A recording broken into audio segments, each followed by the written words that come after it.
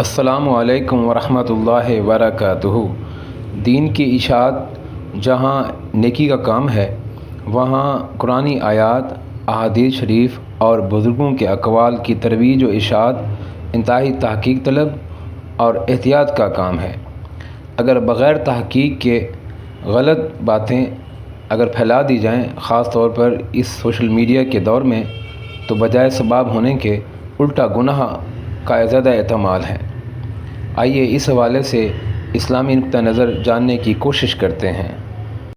رسول اللہ صلی اللہ علیہ وآلہ وسلم نے حجۃ الوداع کے موقع پر خطاب فرماتے ہوئے امت کو نصیحتیں ارشاد فرمائیں۔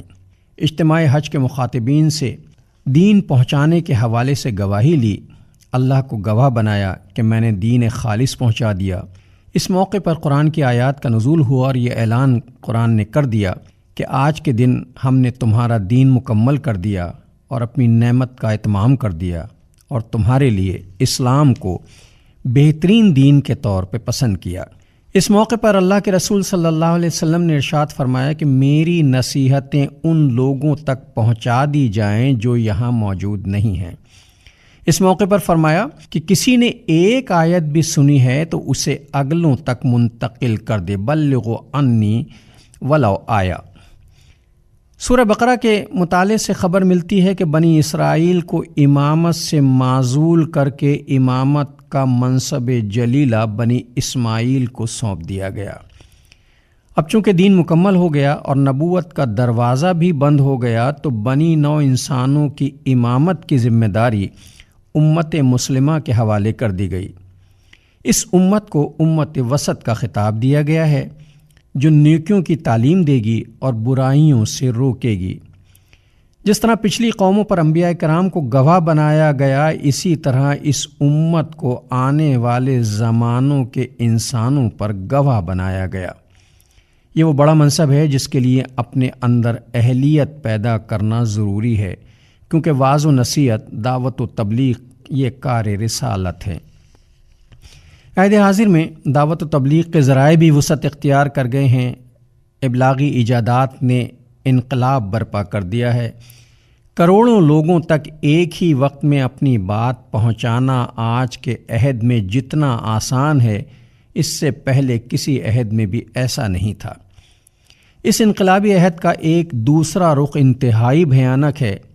ابلاغ کی روانی میں صحیح اور غلط کی پہچان دم توڑ رہی ہے، تذبذب پروان چڑھ رہا ہے، ذہنی الجھنوں میں اضافہ ہو رہا ہے۔ زندگی کے تمام شعبہ جات کے ساتھ ساتھ دعوت و تبلیغ کے میدان میں بھی یہی صورتحال پیدا ہو چکی ہے۔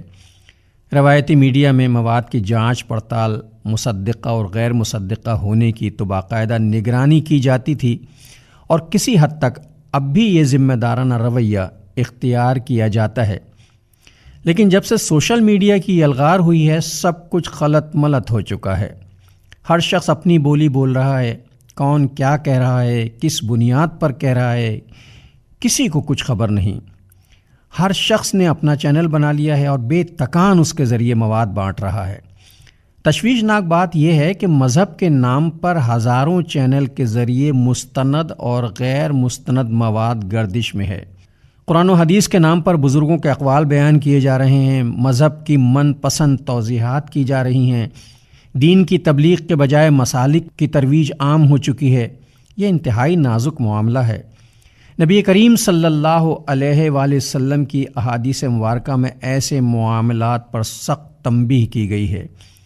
حضور انور صلی اللہ علیہ وسلم کی طرف سے ارشاد ہوا کہ میری طرف اگر کسی نے کوئی جھوٹی حدیث منسوب کی تو یہ بہت بڑا گناہ ہے۔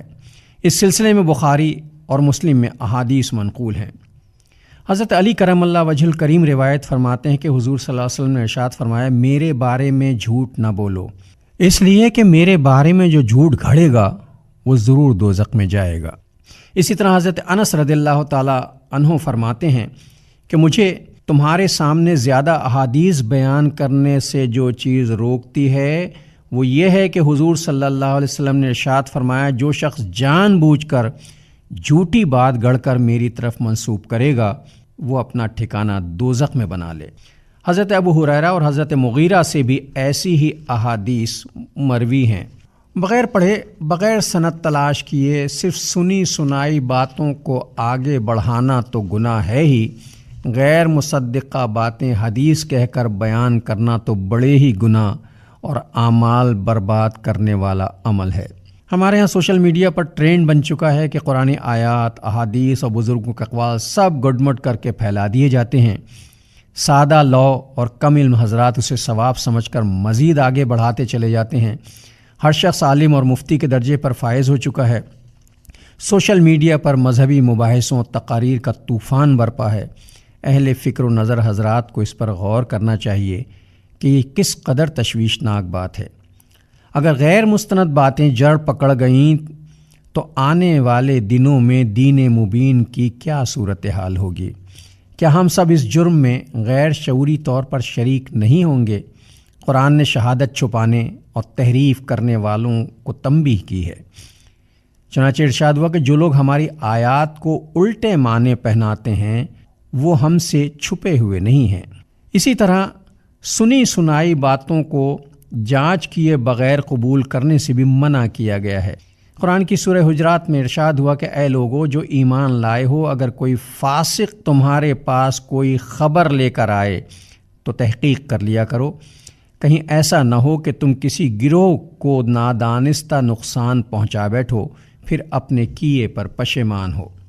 اہل علم کا اس بات پر اتفاق ہے کہ عام دنیاوی معاملات میں ہر خبر کی تحقیق اور خبر لانے والے کے لائق اعتماد ہونے کا اطمینان کرنا ضروری ہے۔ اسی طرح تحریف کرنے کی بھی ممانعت ہے۔ مطلب یہ ہے کہ اصل عبارت قول کے الفاظ میں رد و بدل کرنا، تعویلات کے ذریعے اس کے معنی کچھ سے کچھ بنا دینا اور عبارت کو توڑ مڑوڑ کر پیش کرنا سخت بددیانتی ہے۔ احادیث مبارکہ کا معاملہ ہے وہ انتہائی نازک ہے۔ اس میں تحریف یا رد و بدل کرنا یا جھوٹ گڑھنا جہنم میں جانے کے لیے کافی ہے۔ قرآنی آیات، احادیث مبارکہ کے متن کو بغیر سند اور بغیر تحقیق کے پھیلانا بہت ہی غیر ذمہ دارانہ عمل ہے، جس سے دین کی روح متاثر ہوتی ہے۔ اس سلسلے میں حد درجہ احتیاط لازم ہے۔ اللہ ہماری کوتاہی اور قصداً اور سہواً ہونے والی خطاؤں کو معاف کرے اور ہمیں ہدایت عطا کرے۔